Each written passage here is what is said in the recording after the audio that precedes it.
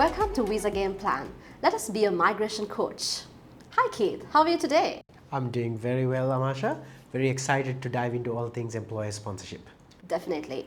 So Keith, today I thought we'll talk about a little bit of strategizing as to like how we help our customers to kind of strategize their PR pathway through the employer sponsorship aspect, and also to give a couple of clues to our clients as to when they should initiate their conversation, the employer sponsorship conversation with their employers basically. Yeah, definitely. I think that's a very good and timely discussion to have. So let's start with a little bit of the data and the numbers, right? So there's presently over 1.1 million temporary visa holders in Australia. Right. That's students, 485 visa holders, 482 visa holders, and even 408 the COVID temporary activity visa holders. When you take skilled migration, so there are only two pathways to permanent residency, right? One is skilled migration and the other is employer sponsorships. So skilled migration is about 44,000 spots are only on offer in a given year. So last year between the 189, the 190 and 491, there was about 44,000 maximum spots available. Which means from that 1.1 million, there's less than 5% chance that you're getting PR in a given year, right? So you have to actually look at employer sponsorships as the alternative. Sure. So I think really our clients should start thinking about what their PR pathway looks like at the start of their 485 or just as they're finishing their student visa. I think if you don't have a clear pathway on what your PR strategy is going to look like, going on to the 485 can be quite catastrophic, because unlike those days, now you really can't go into another 500, or you can't really extend Correct. 485 in that sense unless you're regional. Yeah, exactly. If you really can't go back onto a student visa, so you either get a skill migration or an employer sponsorship, or unfortunately, you're probably looking at going back home, which a lot of clients don't seem to have like really understood how that mechanism works now. So it's really important for them to come up with a strategy just as their student visa is ending, and then decide if they want to go on to the 485 or not. So Amasha, let's talk about employer sponsorships, and particularly the 482 visa, which is what most people will go on to after their 485s are ending if they're going through the employer sponsored route. Is there a separate list for this? Yes, so when it comes to the skills in demand, which is subclass 482, we have the core skills occupation list. So all the nominated occupations that the individuals can be sponsored are on that list. So I think our clients need to be well aware if their occupation, if whatever the occupation they're currently in, is in that list, if they're to get sponsored under the 482 subclass. Am I right? Right. Yeah, definitely. There is that occupation list, particularly for the for those individuals that need to be earning between $76,000 and $135,000 or $141,000. There is a list, and you must have an occupation on that list to get sponsored. So. To jump in, yeah. I think we also have the specialist stream, right? The specialist skills. For those individuals earning over 141. Yes, correct. Yeah, it'll be 141 after the 1st of July. 1st of July, so if you are earning that much, then that's not a problem. You can nominate any occupation on ANSCO except a trade occupation, and that's called the specialist skills stream. But I think the real discussion should be, how do you go about strategizing on your 485, right? So a lot of clients come to us and say, oh, look, I'm looking for jobs these days, but I'm asking them at interviews, whether they'll sponsor me. And a lot of people say, no, they don't want to. Or a lot of employers say, no, we don't want to sponsor you. Do you think there's a better way you can go about talking to the employers about sponsorship? Definitely. So I think when it comes to kind of having that conversation with your employer at the outset, unless your 485 is expiring soon, I don't think it's a good idea for you to have that conversation at the very start. I think, Correct. According to my opinion, I think it's good if they get the job, kind of like outperform in the job, get promoted, and then 6 months, 7 months before their 485 is coming to an end, or even 1 year, maybe they can kind of initiate the conversation with the employer. I do have different thoughts about it.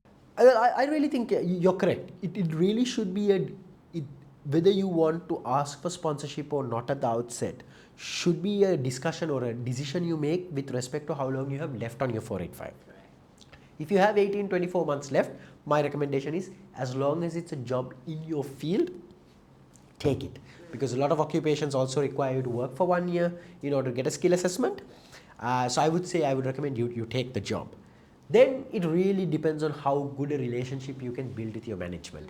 If you can build a good relationship with your management, then it's quite likely that they will agree to sponsor you. Because if you can't stay, because you can't get yourself a visa as your 485 is expiring, from the business perspective, they really need to think, oh, I'm going to have to replace this individual if he can't get a visa, and I'm going to have to hire somebody from outside and train them all over again. So maybe the cost of sponsoring, even if it's $10,000 or $15,000, depending on all of the fees you have to pay, companies might actually think it's cheaper to retain the staff than having to hire somebody new and train them all over again, right? I think it's also important, Keith, that they have this timely conversation, because some employers, they're not really aware about And they also have a policy of not sponsoring. I think Yes. figuring that out is important. And also The awareness is I think the awareness is a good point. yes, and then sometimes they believe if they have a temporary activity sponsorship, that would be adequate for them to sponsor a person on the 482, which is not Requires a standard business sponsorship, correct. right? And then sometimes it takes some time for the employer to kind of convince their management to come to an agreement to sponsor this particular employee. And also it's important for applicants to really think about whether their occupation has a caveat attached to it. Like say if you're an accountant and you have $1 million turnover requirement the company needs to show and 5 full-time employees. Now there are some companies that have $1.52 million even in turnover, but they don't have 5 full-time employees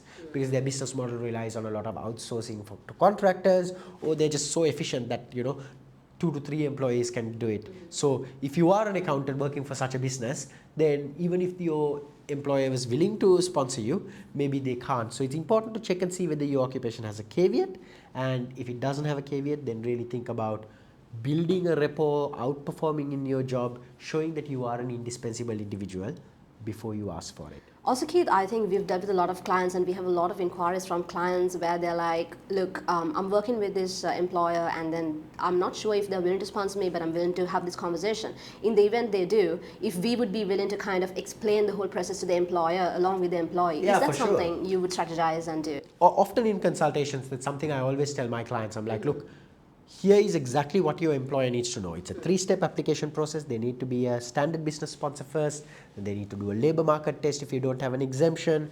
They need to ensure that they pay you at least $76,515 plus super or the market salary rate, whichever is higher.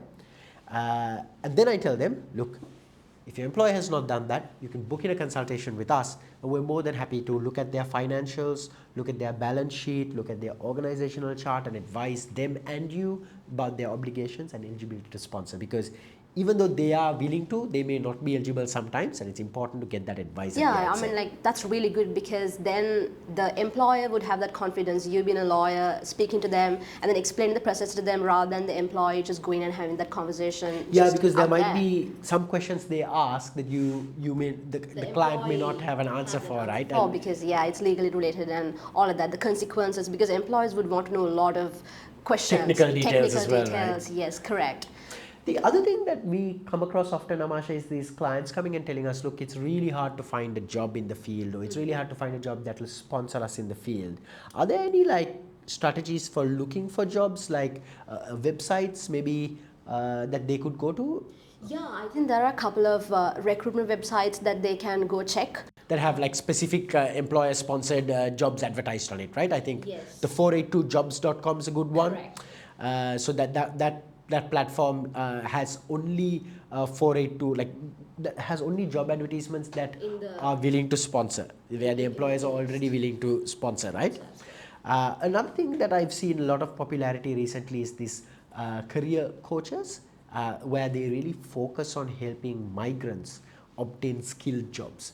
Right, So I see. That's very interesting, actually. That is. So I would recommend you look out for career coaches, people who can help you not get a job, but at least help you excel in the job interview, give you different strategies to apply rather than just going and applying on seek.com or indeed.com. They would just give you that exposure, how you can actually face the particular interview, how to kind of enhance your skill in that particular area, in that sense. Correct. And I think the last strategy I would recommend, that I always do at my consultations, is talk to recruiters in the industry. Go on LinkedIn, Google recruitment companies, give them your CV, and actually tell them that this is the type of job you're looking for, this is the type of skills you have.